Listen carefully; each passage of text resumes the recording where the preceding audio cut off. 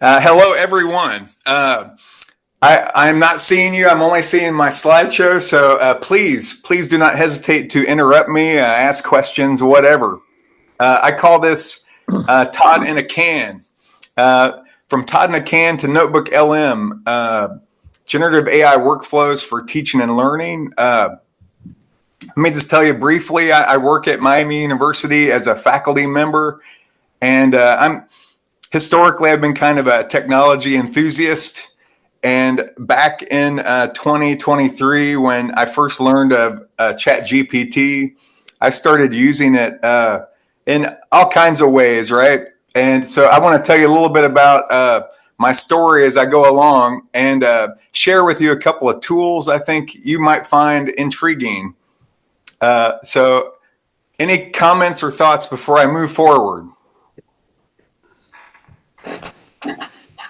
That the code that you see on the screen, the whatever you call that thing, that link will send you to my slides. If you would like to follow along, you're welcome to do that. I'll give you a second to take a picture. Are you ready? We usually call that a QR code, I think. The QR code, yes. My memory is not what it used to be, Greg Foley. Okay, I'm going to move on to the next slide. I want to tell you that I in the past, I used to be a problem-focused guy, but I'd say in the last 4 or 5 years, I've decided to become more of a solution-focused guy. And so we're going to talk about problems, but also solutions. And you'll notice on the left there, what do you see in the picture? Todd. That is Todd right there. And Maya is one of Todd's students. And who is that in the middle? That's your handy assistant. That is my handy assistant, Todd-in-a-Can. I will be talking to you about Todd-in-a-Can here in a minute. First, let's talk about the problem. So when I started using ChatGPT, I was so excited. One of the biggest pain points for me as an instructor and an individual that has some ADHD going on is, can you take a wild guess? What is so hard about this job? It's not teaching. That's not it at all. Like PowerPoints are very helpful. The thing that pains me, Greg, is grading student work. Oh my gosh, it is so difficult. After you read the first 5 or 6, they kind of start feeling repetitive. I felt this incredible urge to use ChatGPT to help me. And guess what happened? When I started using ChatGPT to give students feedback, take a wild guess. They loved it. They didn't. They hated it, actually.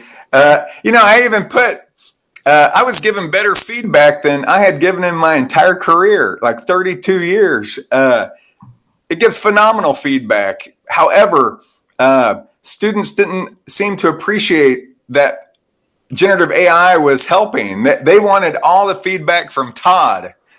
Why do you suppose that is?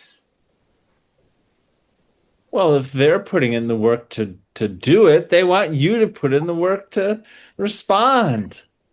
I guess so. I mean, even when they're using ChatGPT, though, to create the work, they don't want me to give feedback with ChatGPT. It was kind of a delicate situation. So anyway, what do I do? What should I do? Let me tell you the solution. My solutions, I like to call it Todd-in-a-Can. My students affectionately call it that. And so rather than using generative AI as a formative assessment tool, where I use the generative AI and I give them feedback and the students have relatively little control over it, instead we use generative AI as a formative feedback. Whenever students turn in a major assignment, I give them a prompt. You see all that text in the blue box? Mm-hmm. Yes. What in the world is that? What would you guess that this is? Prompt. It's a prompt. It's a big, big, big prompt. What do you mean by prompt exactly? Being very specific about what you're asking the AI.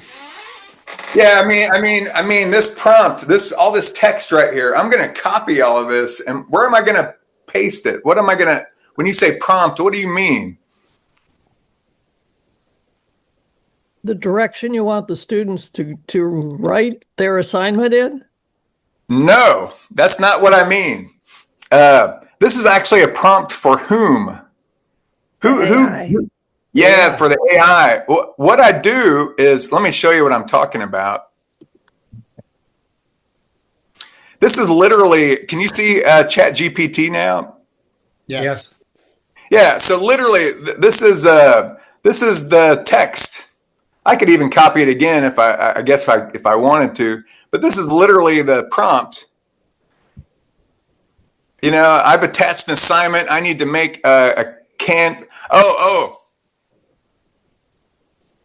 Actually, this is the prompt that created the can. Okay, so what my students do is they copy this text, and then they provide their work along with it, and it gives them feedback, formative feedback on how the assignment, what portions of the assignment they completed. Did they forget to include their student handout, like that sort of thing? And so it does a cursory, like first round feedback for students formatively. Would it be helpful for you to actually see this? Should I show you sort of a process? Would it be helpful to see that? An example would be nice. Yeah. Let me actually click on this. I got to get the assignment. This is literally the assignment that I give students. It's called the Math Myths one pager. It happens early in the course. So they have to read Van de Waal and they reflect on that. They write a reflection, 400 words, one pager. But then what they do before they submit is they get some feedback from the generative AI. So here is literally my prompt. Oh my goodness. So I copy this whole thing in. The students do, if I can do it. I'm struggling on this laptop. Okay, so I'm going to copy this. And then I go over to ChatGPT, or I go over to Claude, or I go wherever I want. Kids can use any generative AI that they want, and they just paste in the entire prompt. Now, if I go ahead and hit enter without entering any work, I predict it's going to say, where's the work? I don't see any writing from you yet. In order to get feedback, I need your draft reflection. So the kids, they actually attach their work. And I have one right here, the Math Myths. This is actually a piece of work. And I'm going to say, here you go.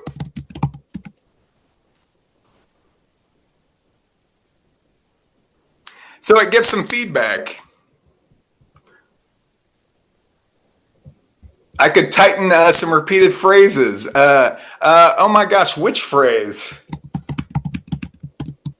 What is a phrase that needs tightening?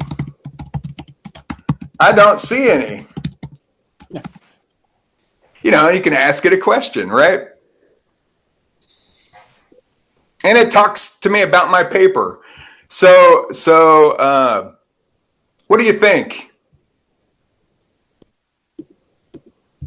I think that this is very helpful.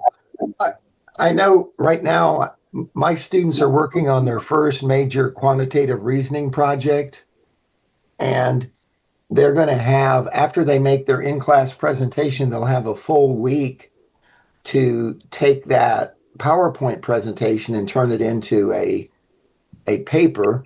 And I've already gotten some questions about, like, well, what do I do? How does that work? So I've given them a format of how of what should be included in their paper.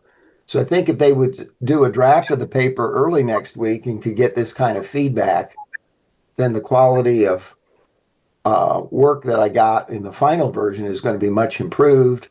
They'll learn from the feedback, and it's sort of an everybody wins situation. The students feel better, they learn more.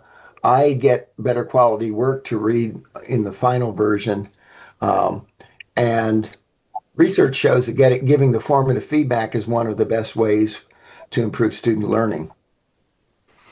I mean, I agree 100% with all of this. I like it because, well, I want to say this too. We're very serious about it. We call it the human first approach. So, like, we'll do peer review in class with our human classmates, and we kind of view the generative AI as yet another form of feedback, like one of many. And the more feedback you get, often the better your paper is. I also like this because it puts the control back in the hands of the students rather than generative AI being done to them. They're actually able to have some choice over what they do. And then the students that are hesitant about using generative AI because of environmental issues or whatever, we also offer alternative assignment. They can go to our library's writing center and receive feedback that way. So it's just another tool, really. I also like it because this is a very focused task. You know, the generative AI tends to hallucinate when you give it broad tasks that aren't well defined. But we've defined this using this long prompt and based upon the scoring rubric of the assignment. So it's very narrowly focused. Any other questions before we move on to my next problem?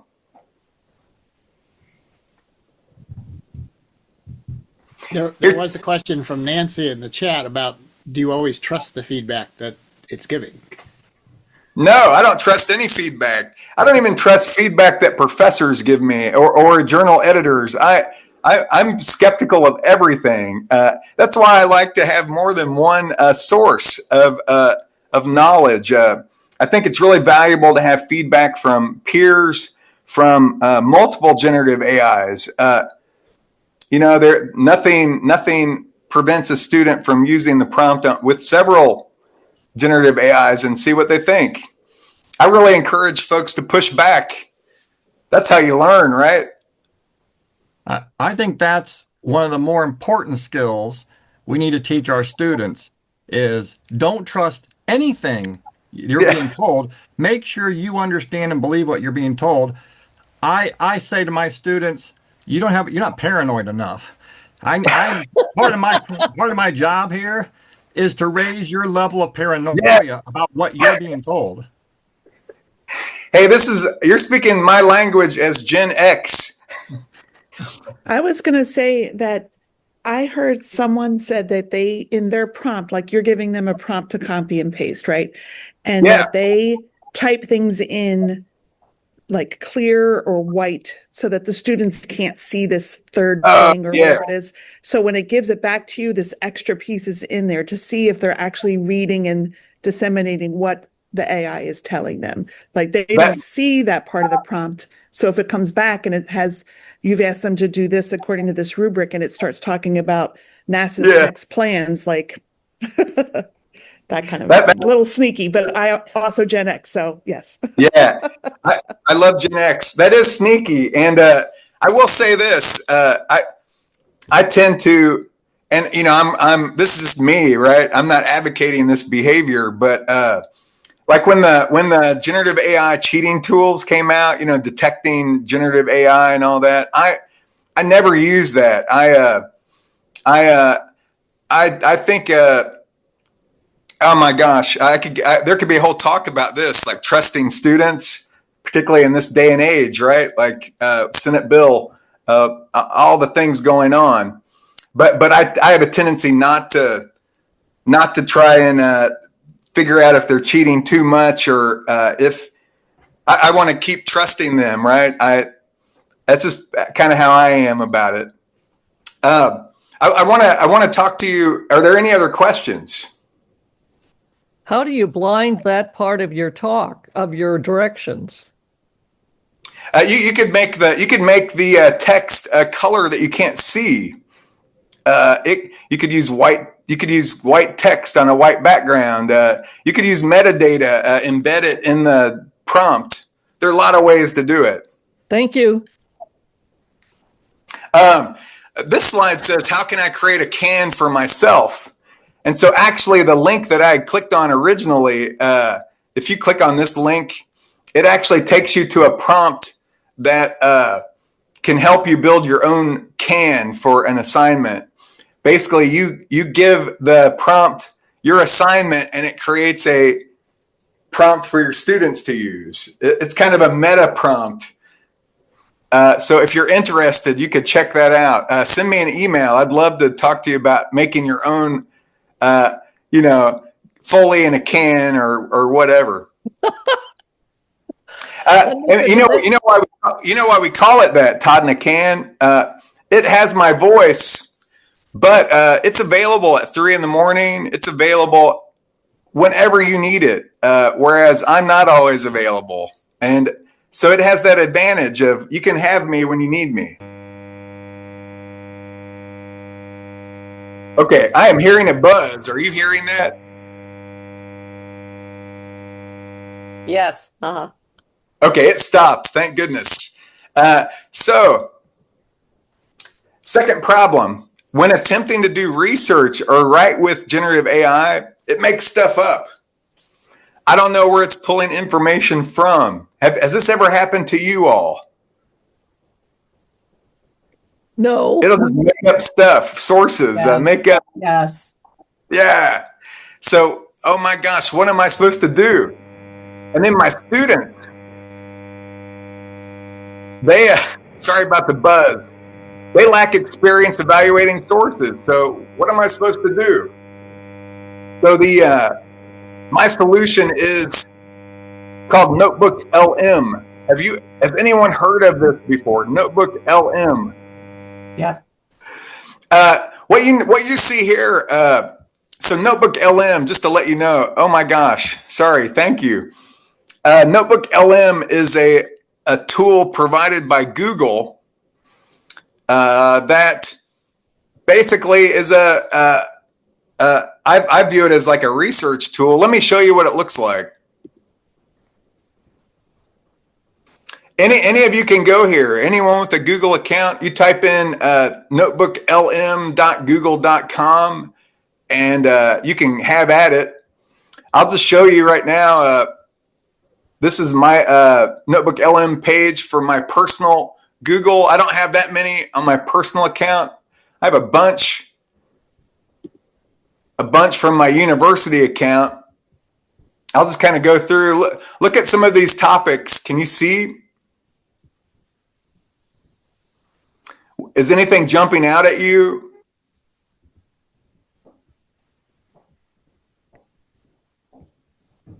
Do you even see my screen? I I look at your screen. Yeah. Seriously, what are you noticing about these topics? all over the place. Yeah, you can explore anything in this, right? And so one thing we've been looking at in class lately is we've been studying Florence Nightingale and her work with Rose diagrams in the Crimean War. You know, she really was a data scientist. Although we've kind of mythologized her as super nurse, she lobbied the British Parliament to implement more sanitary wartime. On the battlefield, all these people were dying of infections after they were wounded, rather than from the wounds themselves. And so my student, if you look over here, there's really like 3 panes here. You notice sources. What is this all about right here, you suppose? Are those real sources? Yeah, these are all, in fact, I can click on the source Here's a source guide. I can actually go to the source. I think I click on here to do that. Yeah, so here's the source. It's kind of interesting. So if I go over back here to Notebook and I ask it a question, let's say, was a Nightingale married?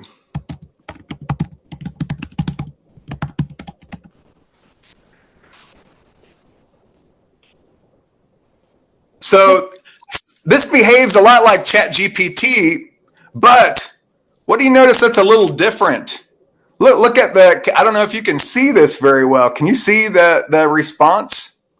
Are those It references? looks like there's like reference, like citations. Yeah, and it's citing the papers that are over here, the sources. Oh. And I can even go to the source and make sure that it's legit, that it's actually like this is the passage that it's citing. So unlike ChatGPT, this is like a walled, we call it a walled garden, like you're only pulling from the sources that are here. And I can even turn sources off. I can add my own, all that stuff. What do you think about this just so far? Like the fact that you can upload and restrict the queries to sources that you want. But you did all the research then. Not really. I mean, look at this. Let's say I'm interested. I'm going to create a new notebook. Let's say that I'm interested in, tell me a topic, anything. Ant farms. Literally, ant farms. Oh, that's good. I don't know where I came up with that.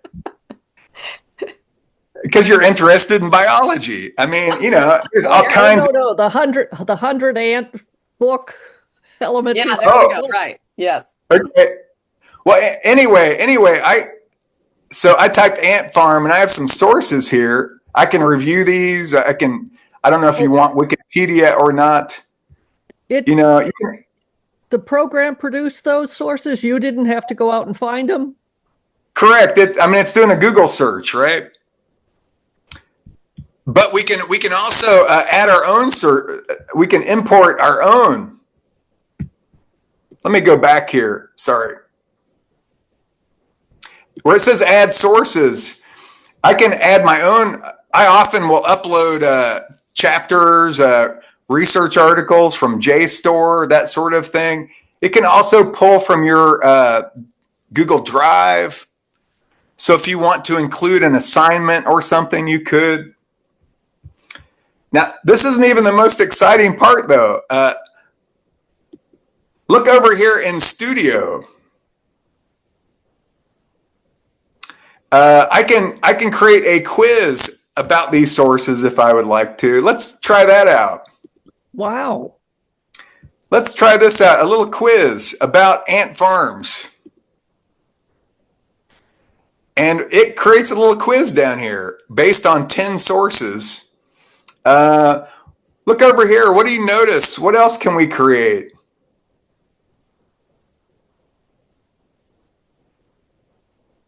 Presentations and study materials. Yeah. Do you see the pop-up I'm on right now? It says generate. Can you read that? Audio? An AI podcast. It's like an NPR podcast, about 20 minutes. You can hear two people discussing the sources. We use this as I've been having my students listen to podcasts of their readings as a pre-reading activity. We'll talk about the readings before they officially read them to really get them into the reading so it's easier for them. Todd, you get the data table? Data table, yes. Oh, by the way, oh my gosh, we need to take the quiz. And I have no idea. You didn't have to put in the prompt? Say what? You didn't have to put in the prompt to put parameters on this quiz? No, but you could. Right here, when I click on this pencil, it says, what should the topic be? I can control what the topic of the quiz is. If I want fewer questions or more, if I want the difficulty level to be easy, medium, or hard, you have some control over it. I've already created a quiz. Oh, here's the data table that was created. Woo! So it just it creates some data tables from the sources. I'd like to take that quiz. Oh my gosh, where is that thing? Let's take an ant keeping quiz really quick. Which of the following describes a primary nutritional role for proteins in the ant colony's diet? Dirt. The third one? No. And then you can explain. I just want to say that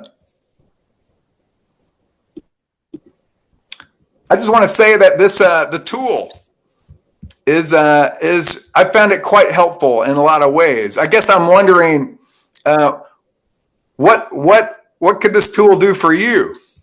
Let me stop sharing. We can just talk a little bit.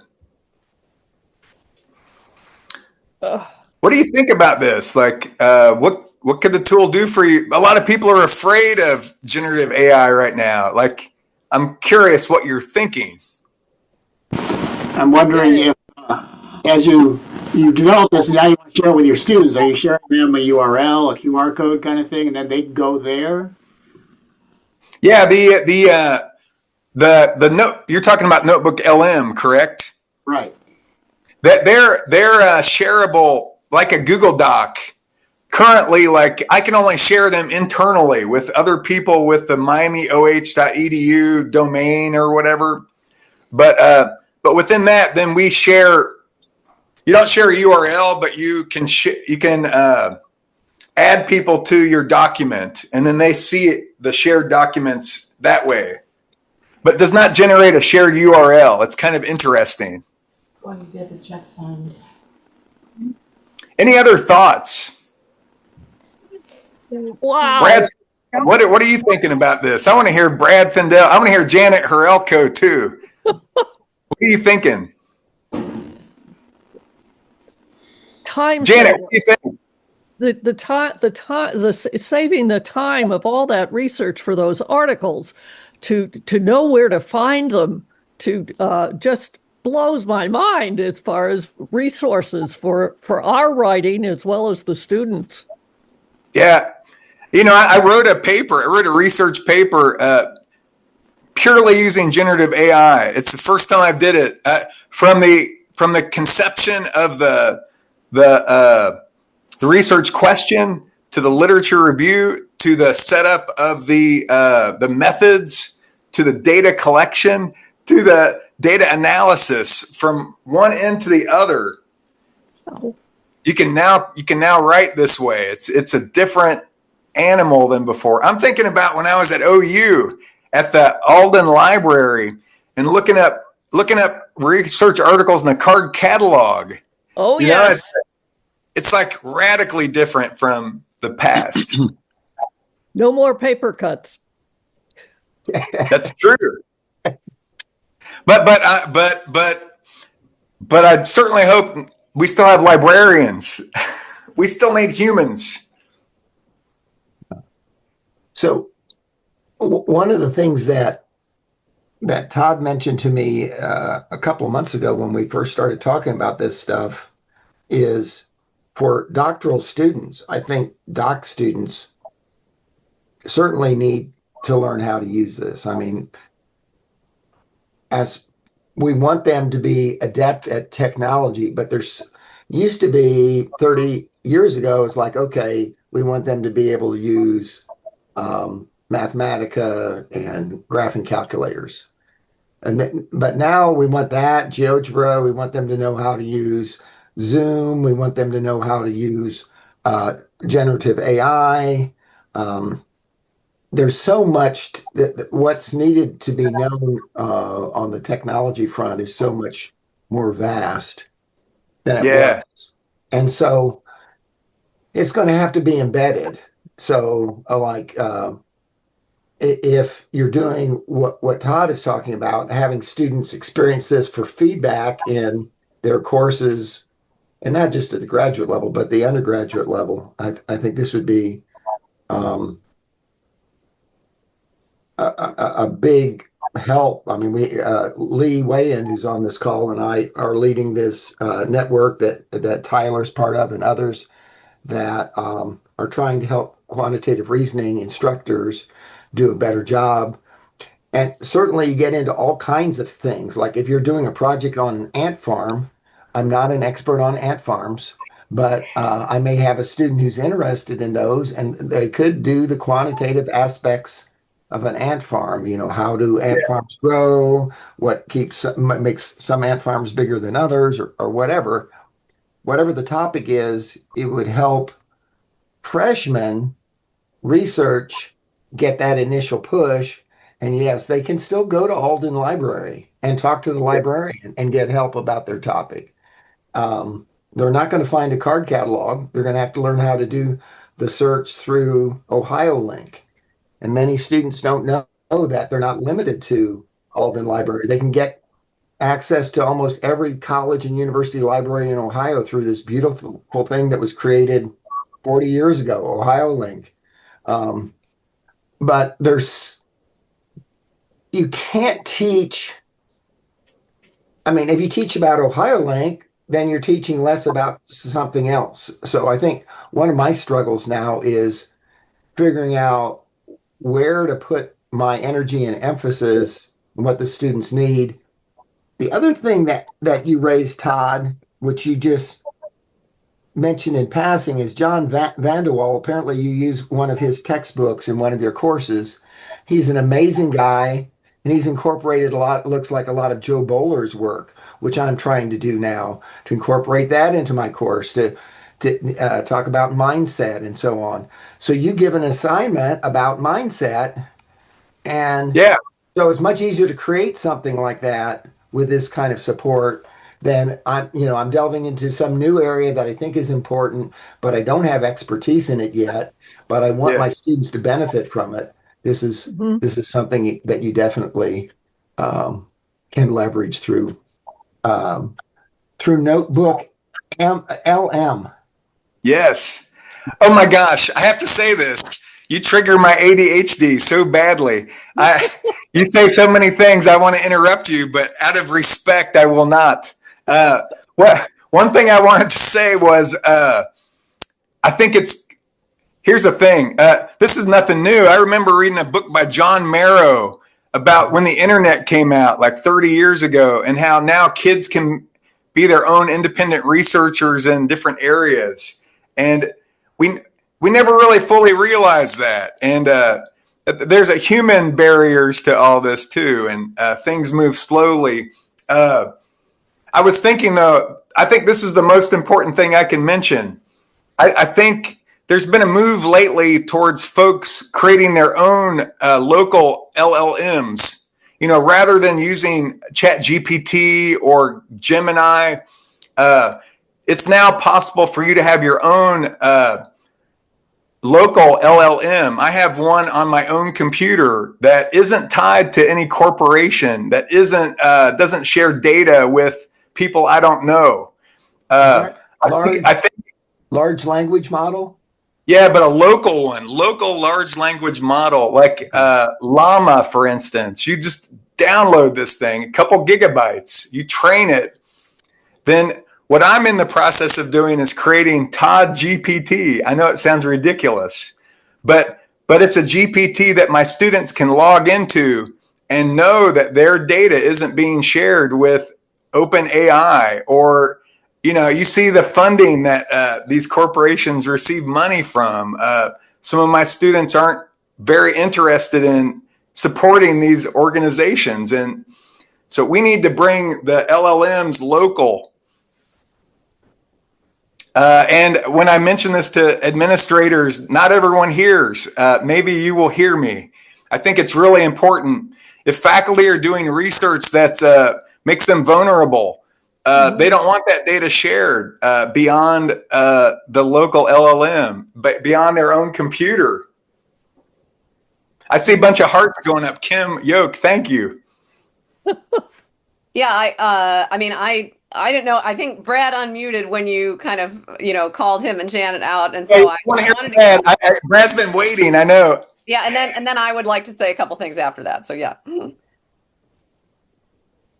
So in response to our conversation about what this meeting would be, I went and did some exploring and tried to create I hadn't made the distinction between a local LLM and all of these different things, but I actually went and created a custom GPT for my students to interact with about, I called it lines in a triangle coach, right? So that they can, you got your perpendicular bisectors and medians and altitudes and angle bisectors, and how are they different? Wait, which one's which? And their concurrent where, and how does it all work? And I had uploaded a collection of questions and answers, and I said, ask things like this. But it was very interesting when my students started using it. I said, it's just questions like this. It started to go pretty far beyond my question to stuff that we hadn't talked about yet. Yeah. And then it was making things up in a few places too, which was interesting. But, I need to look more close. I had my students send me a URL to their chat so I can look closely at, how they responded and how the custom GPT responded. But what was clear to me is I need to learn better how to create one that's appropriately contained so that it doesn't go way beyond what the students have learned. So, but very interesting step in the right direction for me, I think. So I appreciate the directions you're headed. But the difference is I didn't upload the whole prompt like you did. I actually put all that prompt information into the configuration of the custom GPT. And that seemed to work. And then I gave them a link to the custom GPT, shared it that way. So, yeah, it's a great idea. And by the way, I'm telling you that, like you have to say, ask these questions. And I think the NotebookLM could be helpful. NotebookLM rather could be helpful for you in terms of keeping it reined in, because it's not going to go off the rails quite so much. Others, anybody else? Oh my gosh. Okay. I love talking about this. I can't even tell you how much I love this. Well, I am curious, Todd, as a self-proclaimed ADHD person here, I can relate, I think. How do you find students react to this ability to develop with very little work an infinite rabbit hole that you can get lost in on any topic whatsoever? How many of them manage their time with regard to this pool of stuff on anything, on the most mundane topic we can come up with here? I tell you what, and I mean this seriously. And let me also say this: you got a great mustache too. I think actually so far I've been kind of surprised at how not excited students are. I think a lot of my students they're there to get a grade, and it's like, dude, I'm sharing something with you beyond school. Like, this is for yourself, like to nourish your own mind, but they're really about grades, and they're like, well, what about the assignment this Friday? Just tell me what I need to know. Yeah. I think I'm planting seeds, and what I'm trying to do is model curiosity. Maybe they come from a place where curiosity isn't valued so much, like it's all about doing well on the test.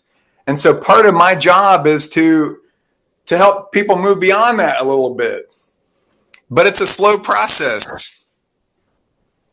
I think it's amazing, Rod, the fact that we can look up anything we want. We can learn about whatever we want. It's amazing. Well, one of my criticisms of the response that you get from these things is that they're always positive and always encouraging. Oh, yeah. You ask it the stupidest question you can imagine, right? Oh, that's a great question. That's fabulous. I'd kind of like it to be a little bit more, why are you asking that? That's ridiculous. Yeah. Oh my God. So just wait till Todd GPT is up and fully functional. It's going to be there'll be a punitive side, a cranky Todd. I would love that. That's great. Different times of day. It'll act differently. Nice. Oh, that would be good.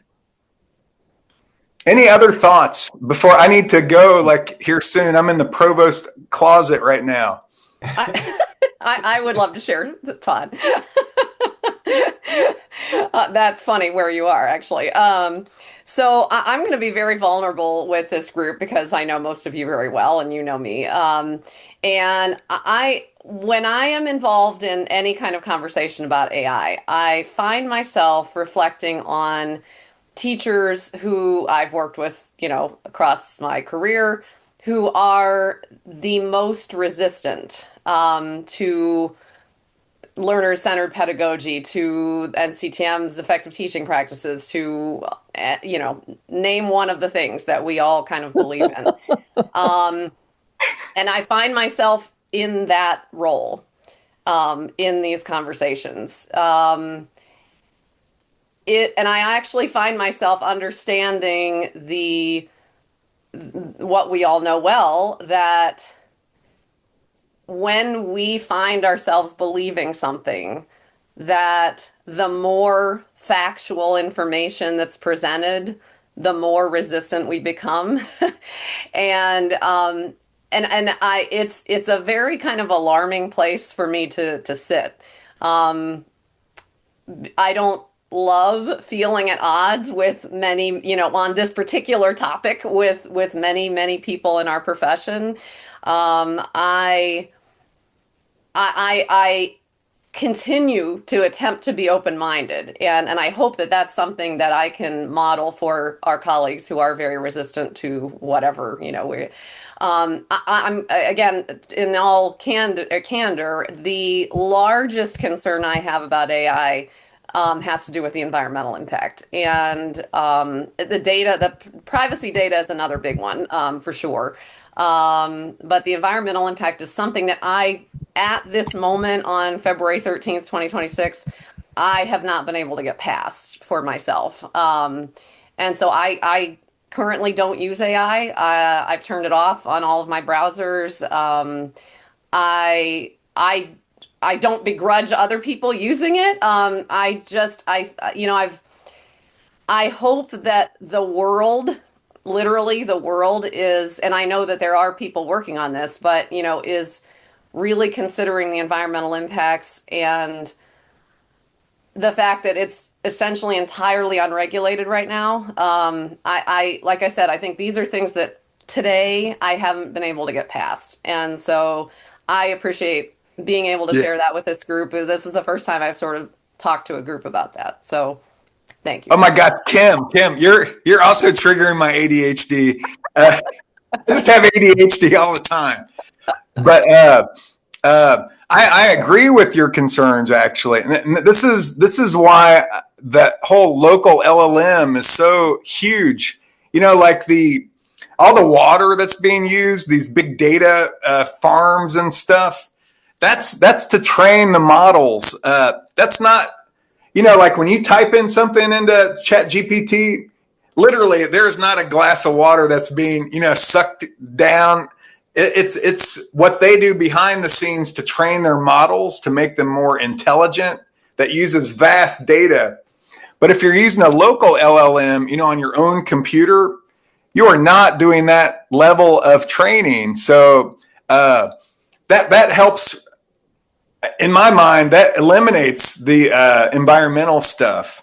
And as far as the privacy goes, it also helps with that, because then the student's data would be living only on my computer, which is its own privacy concern, but less so than open AI, you know? Right. Thank you, Todd. Yeah, and see, this is the thing. Like, I want to continue to learn about. I'm going to call them workarounds, for lack of a better term. And I think I'll say one more thing, and then I'll stop. That I think one other concern I have is more of a existential kind of, well, I don't know, philosophical, I don't know, Yeah. to put on it, but when I hear teachers, for instance, talking about, wow, I can do all of this, I can meet all of these needs, I can create all of these individual things, I can, and I think, is this pushing us toward a level of non-human efficiency that really is not beneficial for us in the long run? Like, how much as human beings should we be actually expected to do in a classroom during a day? I mean, again, this is a much more philosophical kind of question, but it's something that I think about. Man, you're talking to Joe existentialism right here. In fact, the SSID, when I log into my home network, it's existential crisis. It's been that for years. So I can, none of us know where it's going exactly, right? That's scary. It really is. It should give us all pause. I hate to do it. I think I'm going to need to go. The provost, I want to get my coat out of his office before he leaves. Is it okay if I go? Thank you, Todd.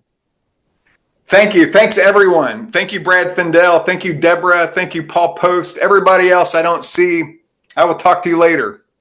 Thank you. Bye. Bye. Thank you, Janet, for inviting me. See you.